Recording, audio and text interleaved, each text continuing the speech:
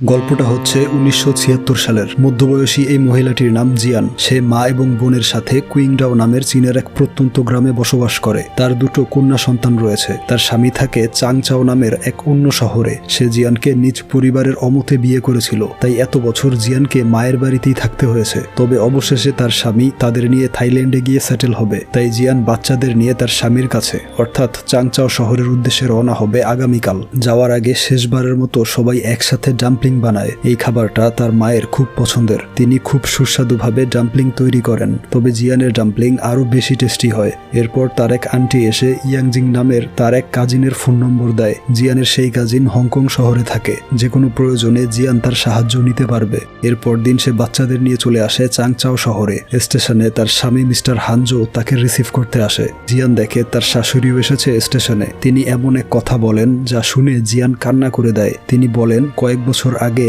আমার ছেলেকে থাইল্যান্ডের ধনী পরিবারের মেয়ের সাথে বিয়ে দিয়েছি। আমার ছেলে এখন নতুন স্ত্রীর ব্যবসা সামলানোর জন্য থাইল্যান্ডে বসবাস করে। ওর স্ত্রীকে দেখাশোনার জন্য একজন কাজের লোকের প্রয়োজন। চাইলে তুমি সেই কাজ করার জন্য ওর সাথে থাইল্যান্ডে যেতে পারো। এই শুনে জিয়ানের মাথায় আকাশ ভেঙে পড়ে। তার স্বামীর দ্বিতীয় বিয়ের বিষয়ে সে কিছুই জানতো না। সে ভেবেছিল স্বামী সন্তান নিয়ে থাইল্যান্ডে গিয়ে বাকি জীবন কাটিয়ে দিবে। তবে এখন কি সিদ্ধান্ত নিবে বুঝে উঠতে পারছিল না। তারপর হানজো তাদেরকে সেই অনুন্নত চাংচাও শহরের এক ছোট্ট রুমে নিয়ে আসে। জিয়ানের বানানো ডাম্পলিং খেতে চায়, তাই জিয়ান সবার জন্য ডাম্পলিং বানায়। খাওয়ার সময় হানজো জানায় আগামীকাল তারা থাইল্যান্ডের উদ্দেশ্যে রওনা হবে। তবে জিয়ান প্রতিবাদ করে বলে, আমি শুধু তোমার আর তোমার পরিবারের সেবা করতে পারবো। তোমার স্ত্রীর কাজের লোক হওয়ার কোনো ইচ্ছে আমার নেই। এর চেয়ে ভালো হয় তুমি আমাদের নিয়ে হংকং শহরে সেটেল হও। দুজন মিলে কাজ করব, বাচ্চাদের স্কুলে ভর্তি করাবো। তবে হানজো তার চূড়ান্ত সিদ্ধান্ত জানিয়ে দেয় যে আগামীকাল সে থাইল্যান্ডে চলে যাবে। এই বলে তাদের একা রেখে চলে যায়। বাচ্চারা পেছন থেকে ডাকলেও সে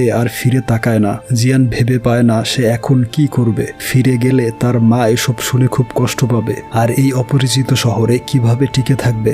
এরপর সিদ্ধান্ত নেয় এই শহরে থেকেই জীবন যুদ্ধ চালিয়ে যাবে। তাই সবার প্রথমে তার একটা কাজের প্রয়োজন। তবে এখানের ভাষা কিছুটা আলাদা হওয়াতে তার কথা কেউ ঠিকভাবে বুঝতে পারে না। শেষমেশ এক বৃদ্ধ দম্পতির দোকানে গিয়ে কাগজে লিখে জানায় তার একটা কাজের প্রয়োজন। তাকে প্লাস্টিকের ফুল বানানোর কাজ দেখানো হয়। মহিলাটি দেখে জিয়ান এক দেখাতেই কাজটা শিখে গিয়েছে। সে খুশি হয়ে তাকে কাজটা দিয়ে দেয়। দেখা যায় বাড়ি ফিরে বাচ্চাদের নিয়ে সারা রাত জেগে কাজ করে। সবগুলো ফুল ফিটিং করে পরদিন ভোরবেলা জমা দেয়। বিনিময়ে পায় বেশ কিছু টাকা। তবে তাকে জানিয়ে দেওয়া হয় ফুল ফিটিং এর কাজ এখন আর নেই। এই শুনে মন খারাপ হলেও পরক্ষণেই তার মন ভালো হয়ে যায় যখন দেখে পুতুল ফিটিং এর নতুন একটা কাজ শুরু হয়েছে। মহিলার সাথে কথা বলে এই কাজটাও নিয়ে নেয়। এবারও এক রাতেই সব কাজ কমপ্লিট করে ফেলে। সকালবেলা যখন পুতুল জমা দিতে বের হবে তখন তার ছোট মেয়ে প্যাং খুব অসুস্থ হয়ে পড়ে। এই দেখে বড় মেয়ে বে বলে, তুমি ওর কাছে থাকো, এগুলো নিয়ে আমি যাচ্ছি দোকানে। তার মা যেভাবে শিখিয়ে দিয়েছিল ঠিক সেইভাবেই টাকা বুঝে নিয়ে পকেটে রাখে।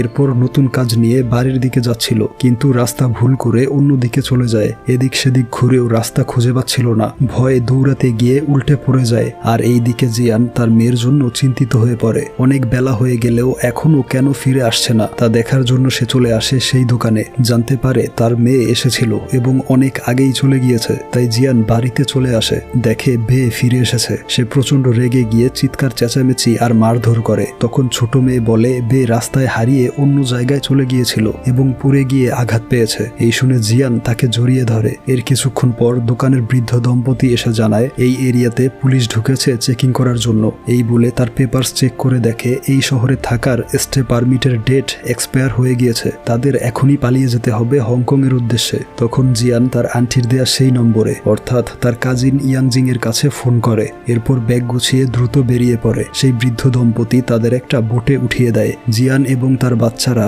এই পরোপকারী লোকগুলোকে বিদায় জানিয়ে এগিয়ে যায় নতুন এক অনিশ্চয়তার লক্ষ্যে। তৎকালীন সময়ে হংকং কিছুটা উন্নত হওয়াতে প্রচুর মানুষ অবৈধভাবে অন্য শহর থেকে হংকং এ চলে আসতো। এতে করে বেকারত্ব বেড়ে যায়, ফলে জীবনযাত্রার মান ব্যাহত হয়। জিয়ানের কাজিন ইয়াংজিং তার পেপারসগুলো ঠিক করে দেয়। এরপর মাথা গোজার জন্য তাদের নিয়ে আসে এক বাড়িতে, যেখানে অল্প জায়গার মধ্যে অনেক লোক বসবাস করে। বাড়ির মালিক হংজিং অ্যাডভান্স পেমেন্ট ছাড়াই জিয়ানকে একটা রুম দিয়ে দেয়। আরো বলে আগামী 3 মাসের মধ্যে কোনো টাকা দিতে হবে না। এছাড়া সেই বাড়ির একটা কমন কিচেন ছিল, জিয়ান এই কিচেনটাও ব্যবহার করতে পারবে। এই শুনে সে কৃতজ্ঞতা প্রকাশ করে রুমে চলে যায়। পরদিন চাকরি খুঁজতে চলে আসে এক হসপিটালে। আসলে জিয়ান ছিল একজন নার্স, তবে তাকে জানিয়ে দেয়া হয় হংকংয়ের নতুন নিয়ম হচ্ছে অন্য শহর থেকে আগত কাউকে সরকারি চাকরি দেয়া যাবে না। তাই হতাশ হয়ে সে ছোটখাটো একটা কাজের আশায় দাঁড়ে দাঁড়ে ঘুরে বেড়ায়। শেষমেশ এক রেস্টুরেন্টের বাহিরে দেখে কর্মী নিয়োগ দেয়া হবে। এই দেখে ম্যানেজারকে বলে, আমি অনেক শক্তিশালী, সব কাজ করতে পারবো। তার কথা শুনে ম্যানেজার তাকে নিয়ে আসে রেস্টুরেন্টের পেছনে। ডিশওয়াশারের একটা পোস্ট খালি আছে। জিয়ান কিছু না শুনেই রাজি হয়ে যায়, তবে কিচেনের নোংরা অবস্থা দেখে তার মাথা ঘুরে যায়। তারপর নিজেকে শান্ত করে প্রথমে ধুয়ে মুছে জায়গাটা পরিষ্কার করে নেয়। এরপর কাজে লেগে পড়ে। বাড়ি ফিরে বড় মেয়ে বেকে বলে, আমি কাজ পেয়ে গিয়েছি, প্রতিদিন সকাল 6টায় যেতে হবে, তাই তুমি ঠিক সময়ে বোনকে নিয়ে স্কুলে চলে যাবে। অর্থাৎ সে তার মেয়েদেরকে স্কুলে ভর্তি করিয়েছে। চাকরি পাওয়ার এই খুশির সংবাদ শুনে মালকিন হংজি জিয়ানের কাজিনকে কল করে ডাকে। তার কাজিন ইয়াংজিংও বেশ খুশি ছিল চাকরির কথা শুনে, তবে এই সামান্য বেতনে থাকা, খাওয়া আর বাচ্চাদের খরচ জোগানো কষ্টকর হয়ে যাবে। তাই ইয়ংজিং বলে তার মালিকের স্ত্রী ডায়াবেটিসে আক্রান্ত, প্রতিদিন ভোরবেলা ভ্যাকসিন দিতে হয়। যেহেতু জিয়ান একজন নার্স, তাই ভ্যাকসিন দেওয়ার কাজটা সে করতে পারে, এতে কিছু এক্সট্রা টাকা ইনকাম হবে। জিয়ান খুশি মনে রাজি হয়ে যায়।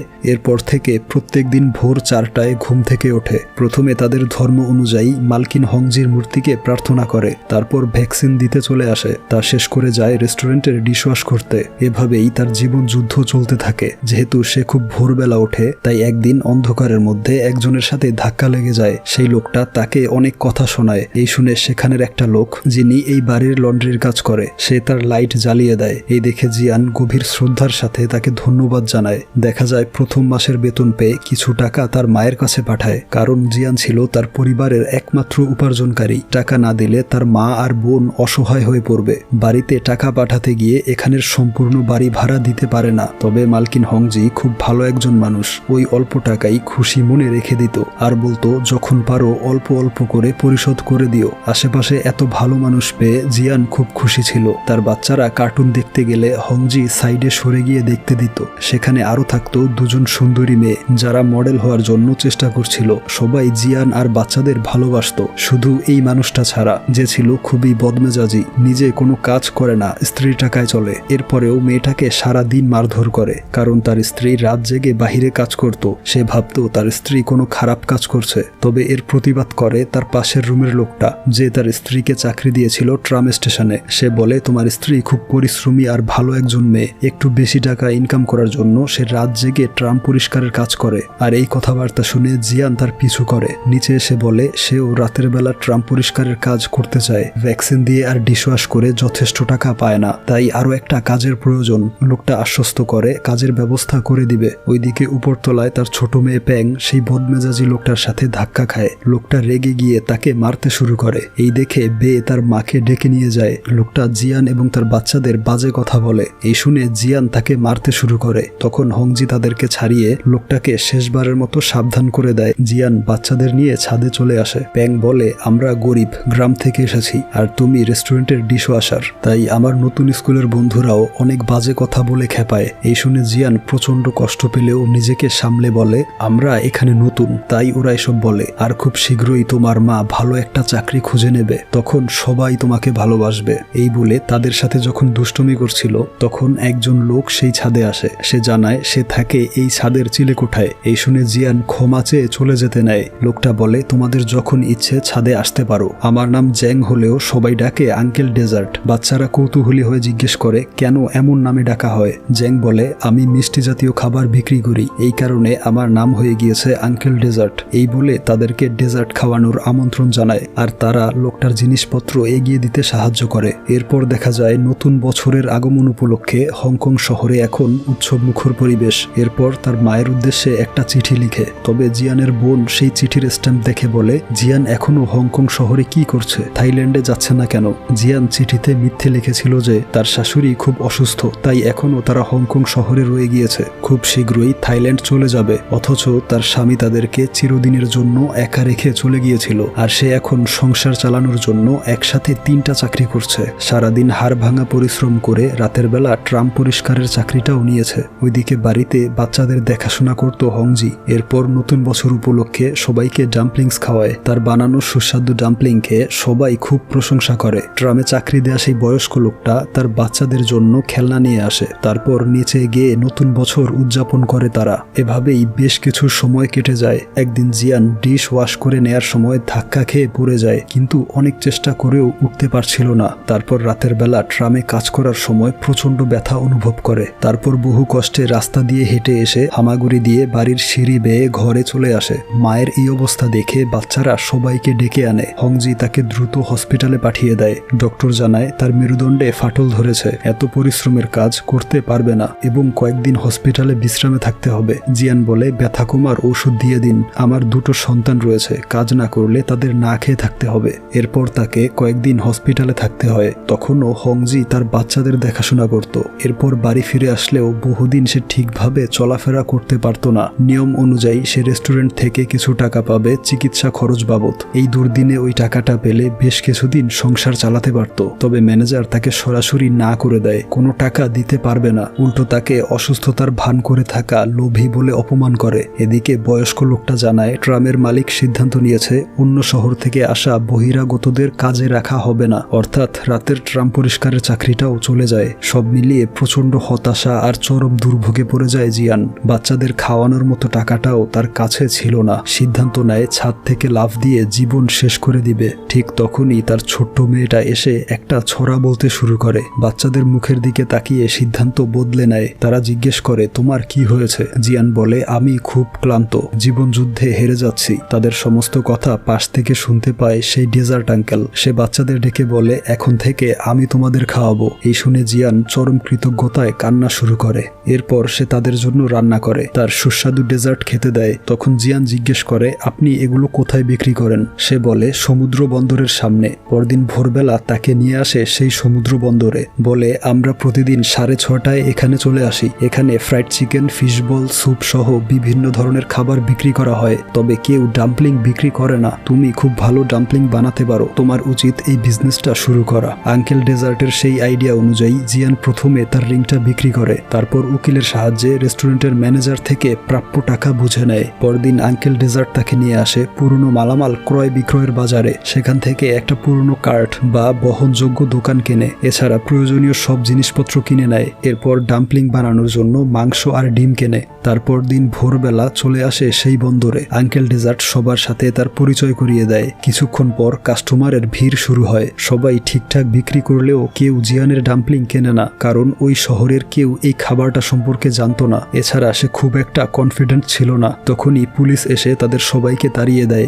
জিয়ান এর কারণ জিজ্ঞেস করলে সে জানায় তারা মূলত টার্মিনালের মধ্যে, অর্থাৎ যেখানে মানুষ চলাচল করে, সেখানে তাদের দোকানগুলো বসায়, যা আসলে নিয়মের বাহিরে। তাই পুলিশ মাঝে মধ্যে এসে তাদেরকে তাড়িয়ে দেয়। তবে জিয়ানের 1 টাকাও বিক্রি হয়নি। তাই তারা চলে আসে বাজারে। সেখানে অনেক রাত অবধি দাঁড়িয়ে থাকলেও কেউই তার থেকে খাবার কেনে না। সে লক্ষ্য করে ডাম্পলিংগুলো নষ্ট হয়ে গিয়েছে। তাই সবগুলো উঠিয়ে নিয়ে ডাস্টবিনে ফেলে দেয়। আর কান্না কিছুতেই আটকে রাখতে পারে না। তার সমস্ত পরিশ্রম যেন বৃথা হয়ে গেল। শেষ ভরসার আলোটাও যেন নিভে যাচ্ছে। বাড়ি ফিরে দেখে বাচ্চারা এখনো ঘুমায়নি। এই দেখে তাদেরকে গালমন্দ করে ঘুমাতে বলে। এরপর হতাশ হয়ে বাহিরের দিকে তাকিয়েছিল। তখন হংজি জানতে পারে জিয়ানের ব্যবসা মোটেও ভালো যায়নি। তাই সে জিয়ানকে ডিনার করার জন্য ডেকে নেয়। বলে, আমিও তোমার মতো শূন্য থেকে শুরু করেছিলাম। তোমার মতোই আমার স্বামীও আমাকে একা ফেলে চলে গিয়েছিল।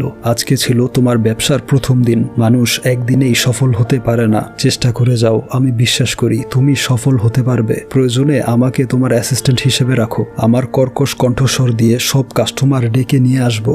এই খারাপ সময়ে এমন একজন সাপোর্টার পাশে পেয়ে জিয়ান নিজেকে ধন্য মনে করে। পরদিন সে আবারও চলে আসে ডাম্পলিং বিক্রি করতে। অনেকক্ষণ পর কয়েকজন স্কুল স্টুডেন্ট এসে তার ডাম্পলিং খেতে চায়। সে প্রচন্ড খুশি হয়ে সার্ভ করে। একটু খেয়েই তারা খাবারের অনেক প্রশংসা করে। তাদের এত এত প্রশংসা শুনে জিয়ান খুশিতে আত্মহারা হয়ে যায়। আর এসব দেখে আঙ্কেল ডেজার্ট আরো বেশি খুশি ছিল। কিছুক্ষণের মধ্যেই অনেক কাস্টমার জড়ো হয়ে যায়। কাস্টমারের ভিড়ে সে যখন বেসামাল হয়ে পড়েছিল, ঠিক তখনই আবারও পুলিশ চলে আসে। এই দেখে সব স্ট্রিট ফুডের দোকানদার পালাতে শুরু করে। তবে দোকান বন্ধ করার সময় জিয়ানের একটা পাত্র নিচে পড়ে যায়। অফিসার পাত্রটা উঠিয়ে দিয়ে দ্রুত চলে যেতে বলে। বলে। এরপর একদিন এক বয়স্ক লোক ডাম্পলিং খাওয়ার সময় বলে, তোমার ডাম্পলিং এর টেস্ট ভালো, তবে আর একটু ডেলিকেট করতে হবে এবং ময়দা দিয়ে বানানো স্কিনটা খুব মোটা আর একটু পাতলা আর স্মুথ করতে হবে। কিন্তু এটা কোনো বিষয় না, স্ট্রিট ফুড কখনো পারফেক্ট হয় না। এই কথাটা জিয়ান খুবই সিরিয়াসলি নেয়। বাড়ি ফিরে পাতলা স্কিনের ডাম্পলিং বানানোর চেষ্টা করে, তবে বাচ্চারা জানায় খাবারে তেমন কোনো পরিবর্তন আসেনি। তাই বারবার চেষ্টা করতে থাকে আর প্রতিবার খাবার টেস্ট করার জন্য হংজির কাছে নিয়ে যায়, তবে কিছুতেই পারফেক্ট হচ্ছিল না। তাই সে এবার নিজের আইডিয়া অনুযায়ী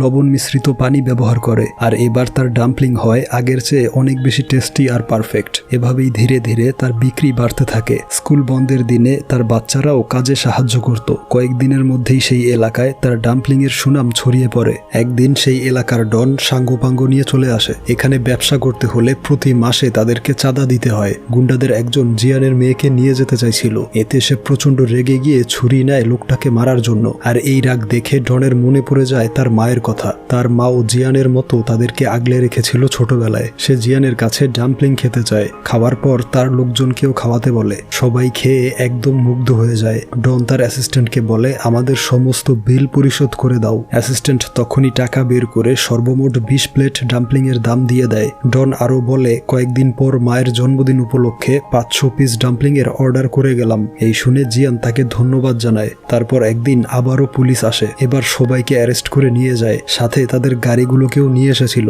অফিসার জানায় টার্মিনালের রাস্তা বন্ধ করে স্ট্রিট ফুড বিক্রি করা এক ধরনের অপরাধ, এর শাস্তি সবাইকে পেতে হবে। এই শুনে জিয়ানের মেয়ে বলে ওঠে, এই সামান্য অপরাধের জন্য শাস্তি কেন পেতে হবে? জিয়ান তাকে থামিয়ে অফিসারের কাছে ক্ষমা চায় আর বলে, বাচ্চাদের স্কুল ব্যাগগুলো গাড়ির সাথে আটকে রাখা হয়েছে, আমাদের শাস্তি দিন, তবে বাচ্চাদের এবং তাদের ব্যাগগুলো ছেড়ে দিন। ওদেরকে লেখাপড়া করিয়ে মানুষ বানানোর জন্যই আমাকে রাস্তায় নেমে খাবার বিক্রি করতে হয়। এই বলে সে একদম ইমোশনাল হয়ে যায়। অফিসার মিস্টার হু বুঝতে পারে এই অসহায় মানুষগুলোর আর্তনাদ। সে তাদের সবাইকে এবং আটক করা সব জিনিসপত্র ছেড়ে দেয়, এমনকি অনুমতি দেয় সুশৃঙ্খলভাবে টার্মিনালে খাবার বিক্রি করার। একজন মহিলার ছেলে খুব অসুস্থ ছিল, তাকে ডাক্তার দেখানোর জন্য নিজের পকেট থেকে টাকা দিয়ে দেয়। অফিসার হুয়ের এমন ব্যবহারে সবাই প্রচন্ড খুশি হয়ে ধন্যবাদ জানায়। এরপর দিন অফিসার হু টার্মিনালে চলে আসে। জিয়ান ভাবে অনেক রাত অব্দি দোকান খোলা রাখায় তাদেরকে ধরতে এসেছে, তবে হু জানায় ভয় পাওয়ার কিছু নেই। সে এসেছে ডাম্পলিং খেতে, কারণ তার খাবারের সুনাম সবার মুখে শুনতে পেয়েছিল।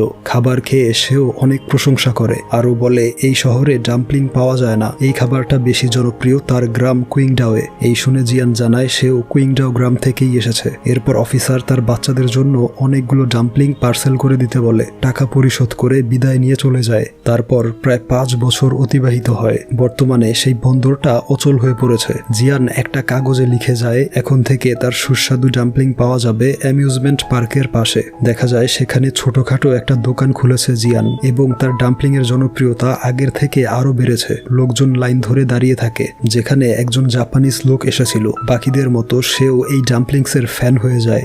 একদিন জিয়ানের দেখা হয় অফিসার হুয়ের সাথে। সে বাচ্চাদের নিয়ে নুডলস খেতে বের হয়েছিল। জিয়ান জানায় এখন সে নতুন দোকান খুলেছে। এই বলে তাদেরকে দোকানে নিয়ে আসে। এরপর আরেকদিন অফিসার হু এবং তার বাচ্চাদেরকে জিয়ান বাড়িতে ইনভাইট করে। সেখানে হুয়ের মেয়ে বলে, মা চলে যাওয়ার পর এত টেস্টি খাবার খাইনি, অর্থাৎ হুয়ের স্ত্রী তাকে ছেড়ে চলে গিয়েছে। এর কয়েকদিন পর হু আবারও তার দোকানে যায় একটা ফর্ম নিয়ে। সে মূলত নিজের এবং জিয়ানের বাচ্চাদেরকে একসাথে সুইমিং ট্রেনিং সেন্টারে ভর্তি করাতে চায়। তার আরো 1 বছর পর দেখা যায় জিয়ান বাচ্চাদের নিয়ে গ্রামের বাড়িতে গিয়েছে। এতদিন তার মা জানতো সে তার কোয়ালিফিকেশন অনুযায়ী একটা সরকারি হাসপাতালে জব করছে। তার স্বামী এবং শাশুড়ির সাথে হংকং শহরে বসবাস করছে। তবে এই প্রথম জানতে পারে যেদিন বাড়ি থেকে বের হয়েছিল সেদিনই তার স্বামী তাকে ছেড়ে চলে যায়। আর এত বছর বহু চড়াই উতরাই পেরিয়ে আজ নিজের একটা বিজনেস দাঁড় করিয়েছে। এসব শুনে তার মা অঝরে কান্না করে। তারপর আরো কিছু সময় কেটে যায়। সারাদিন ডাম্পলিং বানিয়ে হাতের ব্যথায় বাড়ি ফিরে আসলে হংজি তার হাত মাসাজ করে দিত। তবে নতুন একটা সমস্যা হচ্ছে, কোনো এক কারণে পার্কের আশেপাশের দোকানগুলো বেশ কিছুদিন বন্ধ রাখতে হবে। তাই আগামী কয়েকদিন সে বাড়ি থেকেই হোম ডেলিভারি করবে। এর জন্য হংজির টেলিফোনটা ব্যবহার করতে চায়। হংজি খুশি মনে তার টেলিফোন ব্যবহারের অনুমতি দেয়। এভাবে বাড়িতে বসেও তার বিজনেস ভালোই চলছিল। একদিন হংজি বলে, মনে হয় অফিসার হু তোমাকে পছন্দ করে, তুমি তাকে বিয়ে করতে পারো। এতে করে তোমার এবং তার বাচ্চারা বাবা মায়ের ভালোবাসা থেকে বঞ্চিত হবে না, আর তুমিও একজন সঠিক মানুষ পেয়ে যাবে। ওইদিকে হু জিয়ানের মেয়ে বেকে জিজ্ঞেস করে ছুটির দিনে তার মা কোথায় গিয়ে সময় কাটায়। বে জানায় তার মা সময় পেলেই কবরস্থানে চলে যায়। যায়। এই শুনে হু সোজা চলে আসে কবরস্থানে। তাকে জিজ্ঞেস করে এত জায়গা থাকতে এখানে কেন? জিয়ান বলে জীবনের দৌড়ঝাঁপ পেরিয়ে যখন একটু সময় পাই তখন একটু নীরব শান্ত পরিবেশে সময় কাটানোর জন্য কবরস্থানই হচ্ছে সেরা অপশন। হু জানায় সে বাচ্চাদের নিয়ে কানাডায় সেটেল হবে, সেখানে বাচ্চাদের লেখাপড়া আর জীবনযাত্রার মান আরো উন্নত। তাই সে জিয়ানের বাচ্চাদেরকেও তার সাথে নিতে চায়। জিয়ান বুঝতে পারে হু তাকে সত্যি পছন্দ করে। হু বলে টার্মিনালে দাঁড়িয়ে সারাদিন কাজ করার পর যখন পিলারের পাশে গিয়ে নিজেকে একটু বিশ্রাম দেওয়ার চেষ্টা করতে আর অপেক্ষা করতে শেষ ফেরিটা কখন আসবে, কখন আরো কয়েকটা পয়সা রোজগার করতে পারবে বাচ্চাদের জন্য, তখন আড়ালে দাঁড়িয়ে দেখতাম তোমার সেই চিন্তিত মুখটা, ভাবতাম আমার বাচ্চাদের জন্য এমন একটা মায়ের খুব প্রয়োজন। এই বলে সে হাত বাড়িয়ে দেয়, তবে জিয়ান তার হাত ধরে না। এরপর একদিন একটা মেয়ে এসে জানায় তার বস জিয়ানের সাথে দেখা করতে চায়। জিয়ান সেই অফিসে গিয়ে দেখতে পায় অফিসের বস হচ্ছে সেই জাপানিজ লোকটা যে ছিল তার ডাম্পলিং এর বিশাল ভক্ত। সে জিয়ানকে বলে আমাদের একটা বিশাল সুপার শপ রয়েছে যেখানে সব ধরনের পণ্য পাওয়া যায়। আমরা চাই আপনার সুস্বাদু ডাম্পলিং আমাদের সুপার শপে বিক্রি করতে, তবে এর জন্য আপনাকে একটা ফ্যাক্টরি দিতে হবে যাতে আমাদের পর্যাপ্ত চাহিদা অনুযায়ী ডাম্পলিং সরবরাহ করতে পারেন। জিয়ান খুশি মনে তার অফার গ্রহণ করে। এরপর উৎসব মুখর পরিবেশে তার সব শুভাকাঙ্ক্ষীদের নিয়ে নিজের নতুন ফ্যাক্টরি উদ্বোধন করে, যেখানে স্বল্প পরিসরে কয়েকজন স্টাফ নেওয়া হয় ডাম্পলিং বানানোর প্রসেসকে দ্রুত করার জন্য। তবে সবকিছুর তত্ত্বাবধানে সবসময় উপস্থিত থাকে জিয়ান। অপরদিকে অফিসার হু তাকে কানাডার ইমিগ্রেশন ফর্ম ফিল আপ করতে বলে, অর্থাৎ সে এখনো চাইছে তার সাথে জিয়ানকে কানাডায় নিয়ে যেতে। তারপর জিয়ান তাকে এবং তার বাচ্চাদেরকে ইনভাইট করে এবং তাকে বুঝিয়ে বলে যে সে তার ব্যবসায় ফোকাস করতে চায়, কানাডায় যাওয়া তার পক্ষে সম্ভব নয়। তবে হুয়ের প্রতি তার একটা ফিলিংস ছিল, কারণ হু যখন চলে যাচ্ছিল তখন জানালার পাশে দাঁড়িয়ে দূর থেকে তাকে দেখে যায়। এরপর একদিন ফ্যাক্টরিতে গিয়ে দেখে ডাম্পলিং এর স্কিনটা খুব ড্রাই এবং মোটা রেখেছে তার স্টাফরা। এই দেখে রেগে গিয়ে সেদিনের বানানোর সমস্ত ডাম্পলিং ফেলে দিতে বলে, ফলে সুপার শপে ডেলিভারি দিতে পারে না। এতে করে তার কিছুটা লস হয়ে যায়। তবে এখান থেকে বোঝা যায় সে তার ডাম্পলিং এর গুণগত মান রক্ষার্থে কতটা প্রতিজ্ঞাবদ্ধ ছিল। তো এভাবে ধীরে ধীরে আরো অনেকগুলো সুপার শপ এবং সুপার মার্কেট থেকে অফার আসে। সবাই জিয়ানের ডাম্পলিং বিক্রি করতে চায়, তবে তার শর্ত ছিল প্যাকেজিং এবং নাম তার নিজের হবে। সেই শর্ত অনুযায়ী পুরো দেশের সুপার মার্কেটে শপে তার ডাম্পলিং ছড়িয়ে পড়ে। একদিন গ্রাম থেকে কল করে তাকে জলদি বাড়ি ফিরতে বলে। গিয়ে দেখে তার মা মারা গিয়েছে। এতে করে সে বেশ ভেঙে পড়ে, কিন্তু আবারও নিজেকে সামলে নিয়ে সামনের দিকে এগিয়ে যায়। এখন আগের চেয়ে আরেকটু বড় একটা ফ্যাক্টরি খুলেছে যেখানে ময়দা মাখার মতো কষ্টকর কাজ মেশিনের মাধ্যমে করা হয়। হংজি বলে তাহলে এখন আর তোমার হাত মাসাজ করতে হবে না, তাই না? জিয়ান বলে না, এখন থেকে আমি আপনার হাত মাসাজ করব। এরপর হংজি তার সেই মূর্তিটাকে জিয়ানকে উপহার হিসেবে দিয়ে দেয়। খারাপ সময়গুলোতে যার সামনে বসে প্রার্থনা করত জিয়ান।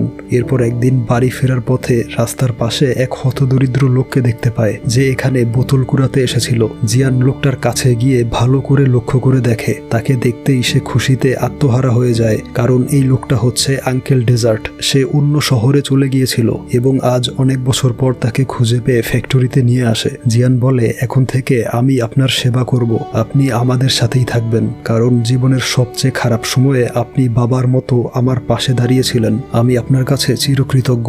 এরপর জিয়ান তাকে ডাম্পলিং খেতে দেয় আর জিজ্ঞেস করে তার ডাম্পলিং এর টেস্ট ঠিক আগের মতোই আছে কিনা। তিনি জানান এর টেস্ট আগের থেকেও বেটার হয়েছে।